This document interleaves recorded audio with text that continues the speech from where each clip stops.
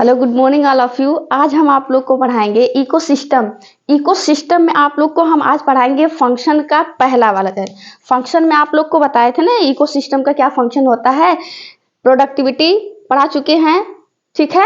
ऐसे हम आप लोग को आज पढ़ाएंगे डिकम्पोजिशन, फिर आपको पढ़ाएंगे एनर्जी का फ्लो, फिर न्यूट्रिएंट साइकिल। आज हम पढ़ाने जा रहे हैं आप लोग को डिकम्पोजिशन क्या होता है। देखिएगा डिकम्पोजिशन क्या होता है।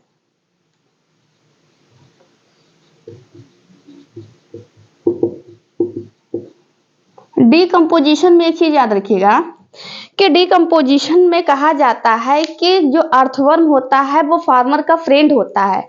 वो अर्थवर्म जो होता है वो फार्मर का फ्रेंड होता है, क्योंकि जो अर्थवर्म होता है वो कॉम्प्लेक्स फूड मटेरियल को, ठीक है, कॉम्प्लेक्स पार्टिकल्स को सिंपल में ब्रेक डाउन करता है, जिससे पोरस हो जाता है।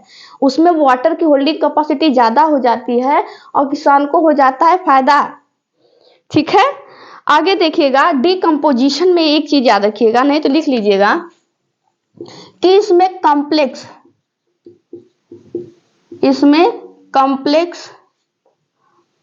Organic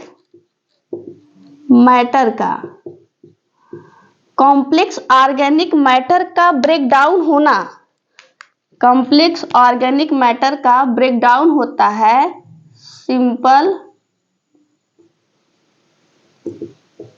inorganic matter. देखिएगा कॉम्प्लेक्स ऑर्गेनिक मैटर का ब्रेक डाउन हो रहा है किसमें, सिंपल इनऑर्गेनिक मैटर में। जब कोई सिंपल इनऑर्गेनिक मैटर में ब्रेक डाउन होगा तो वहां से रिलीज होगा कार्बन डाइऑक्साइड, वाटर और मिनरल्स, ठीक है। सिंपल इनऑर्गेनिक मैटर जो होता है वो ब्रेक डाउन हो रहा है तो क्या निकलेगा, carbon dioxide, water and minerals निकलेगा।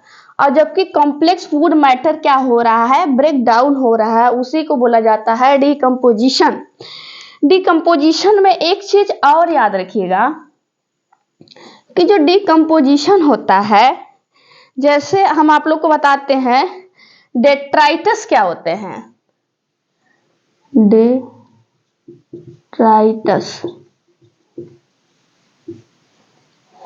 डेट्राइटस में याद रखिएगा, चाहे वो प्लांट है चाहे वो एनिमल्स हो, चाहे प्लांट्स की डेड बॉडी हो, प्लांट्स की डेड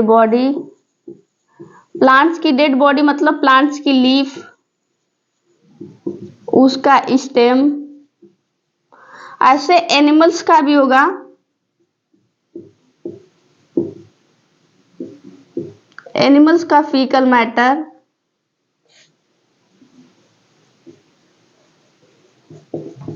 देखिएगा जो डेड एनिमल है और जो डेड प्लांट्स है उनके सारे पार्ट को या फिर उनका कोई भी पार्ट डेड पार्ट है उसे बोलेंगे डेट्राइटस। क्या बोलेंगे, डेट्राइटस। अब इस डेट्राइटस को जो फीड करता है, ठीक है, इसको जो फीड करता है, जो खाता है, उसे कहते हैं डेट्रीबोर्स। क्या कहते हैं,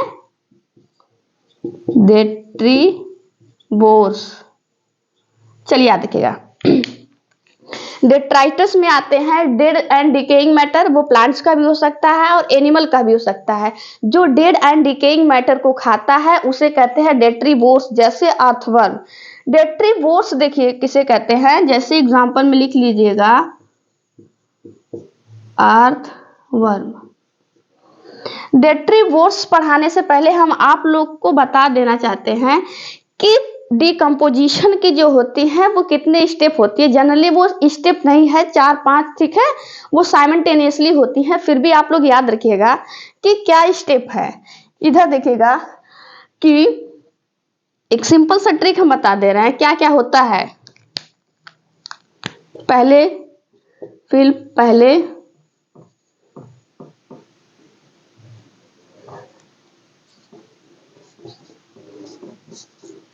ठीक है, देखिएगा इसको, नहीं तो ऐसे ट्रिक में लिख लीजिएगा फल, हिंदी में लिख लीजिएगा फल।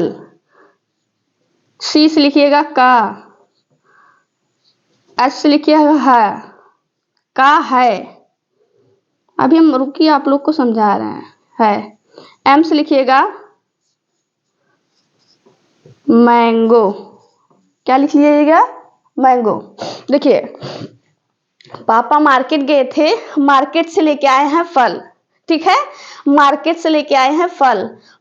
मम्मी पूछ रही हैं फल, देखिएगा एफ एल, फल का है। मतलब मम्मी पापा से पूछ रही हैं फल का है। पापा कह रहे हैं फल क्या है? मैंगो है। तो इसका पूरा नाम याद रखिएगा। एक एक चीज बता दे रहे हैं। फा से होगा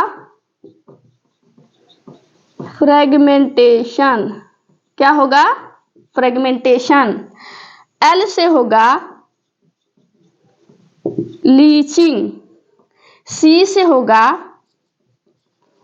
कैटाबोलिज्म। एच से होगा ह्यूमिफिकेशन। और एम से होगा मिनरलाइजेशन।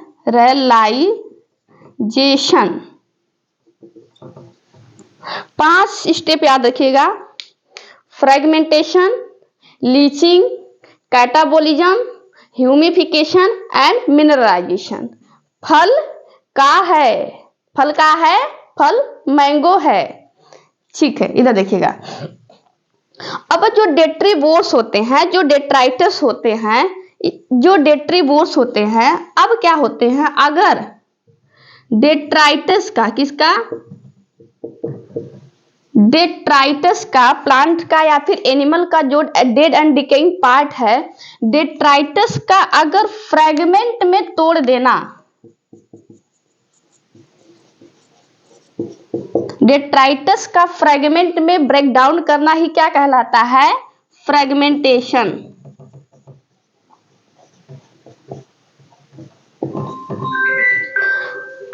डेट्राइटस का जो होता है फ्रेगमेंट में ब्रेक डाउन ही क्या कहलाता है? फ्रेगमेंटेशन कहलाता है। अब क्या है?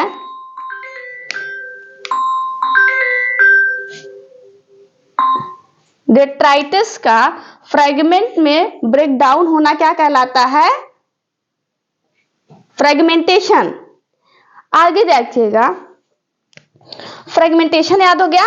डेट्राइट्स देखिएगा फिर से, डेड एंड डिकेइंग पार्ट का ब्रेक डाउन होना क्या कहलाता है? फ्रेगमेंटेशन। अब ये फ्रेगमेंटेशन का जो है, जो टूट गया पार्ट है, अब मिनरल्स में जो होता है, जमीन में एक जगह इकट्ठा होगा। जहां पे ये इकट्ठा हो रहा है, अब यहां से सॉइल के सरफेस एरिया पे इकट्ठा हो रहा है। अब उसमें से यहाँ का न्यूट्रिएंट्स सॉइल में जाएगा। कहाँ जाएगा? सॉइल में जाएगा। और सॉइल में जाएगा तो उसे कहेंगे लीचिंग। न्यूट्रिएंट्स का जाना सॉइल में क्या कहलाता है? लीचिंग। क्या कहलाता है? लीचिंग। यहां तक कोई दिक्कत नहीं होनी चाहिए। इधर देखिएगा, फ्रेगमेंटेशन का मतलब होता है डेट्राइटस मटेरियल का क्या होता है? टुकड़ों में बंट जाना। उसे क्या बोलेंगे? फ्रेगमेंटेशन। अब जो फ्रेगमेंट हुआ है, ठीक है, अब फ्रेगमेंटेशन के बाद जो होता है, कुछ ऑर्गेनिक इनऑर्गेनिक मैटर मिलेगा जो सॉइल के सरफेस एरिया पे जो न्यूट्रिएंट्स हैं, अब वो सॉइल के अंदर जाएंगे। उसे कहेंगे लीचिंग। और लीचिंग के बाद आता है प्रोसेस लीचिंग। लीचिंग के बाद आता है आपका कैटाबोलिज्म। देखिएगा, जो लीचिंग वाला प्रोसेस हुआ, लीचिंग के बाद होता है कुछ फंजाई और बैक्टीरिया। कुछ फंजाई और बैक्टीरिया। कुछ फंजाई और बैक्टीरिया क्या करेंगी? वहां पे एंजाइम को सिक्रीट करेंगी। एंजाइम जो होता है उसको ब्रेक डाउन करेगा। कैटाबोलिज्म का मतलब ही होता है ब्रेक डाउन, कट करना। अब क्या होगा? ब्रेक डाउन हो गया। अब उस प्रोसेस को बोला जाता है कैटाबोलिज्म। अब कैटाबोलिज्म के बाद जो होता है, उस मिट्टी में ह्यूमस, ह्यूमिफिकेशन का मतलब होता है ह्यूमस का बनना। ह्यूमस का बनना क्या कहलाता है? ह्यूमिफिकेशन कहलाता है। ह्यूमस का बनना ह्यूमिफिकेशन कहलाता है। एक चीज ह्यूमस का कैरेक्टर याद रखिएगा, ये एमॉर्फस ब्लैक कलर का होता है, एमॉर्फस डार्क ब्लैक लिख लीजिएगा, dark black. Amorphous dark black colour का होता है। कौन? एमॉर्फस में मतलब याद रखिएगा, एमॉर्फस का मतलब होता है इसका कोई शेप नहीं होता है, और जो होता है डार्क ब्लैक होता है। कौन? ह्यूमिफिकेशन। और ह्यूमिफिकेशन के बाद आता है मिनरलाइजेशन। इनऑर्गेनिक का ऑर्गेनिक का क्या होगा? कन्वर्जन होगा, उसे कहेंगे मिनरलाइजेशन। मिनरल्स का क्या होता है? इनऑर्गेनिक फॉर्म में जाना ही क्या कहलाता है? मिनरलाइजेशन कहलाता है। आई होप सो इतना समझ में आया होगा आपको। अब हम थोड़ा इसके बारे में थोड़ा आगे बढ़ जाते हैं, देखते हैं क्या होता है। आगे हम देखते हैं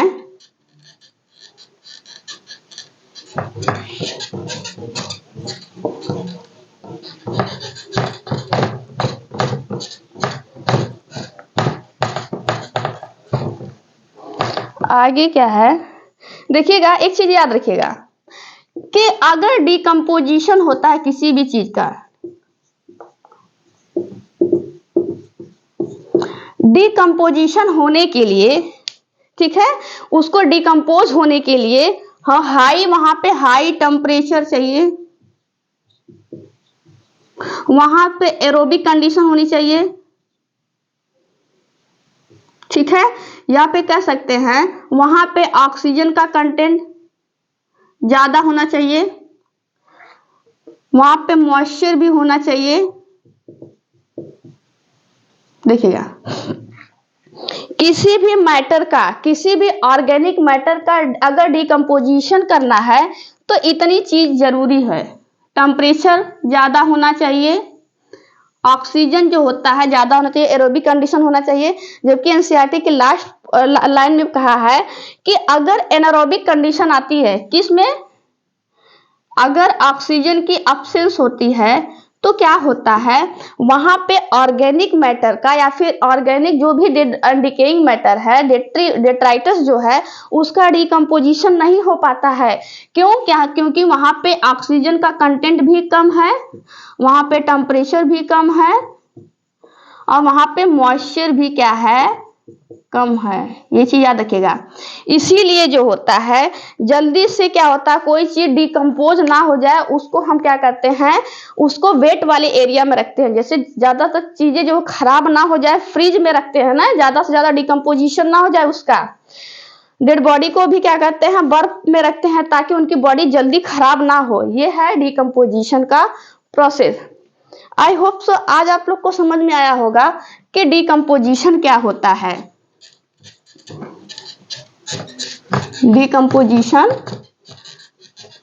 5 प्रोसेस याद रखिएगा। 5 प्रोसेस ये जो क्रम वाइज हम बताए हैं वो साइमल्टेनियसली होती है, एक साथ होती है। ऐसा नहीं कि पहले मिनरलाइजेशन हो जाएगा फिर ह्यूमिफिकेशन हो जाएगा, ये नहीं है। बट हाँ, क्या पता स्टेप पूछ ले कितने प्रोसेस होती हैं, ये याद रखिएगा। आज के लिए इतना ही।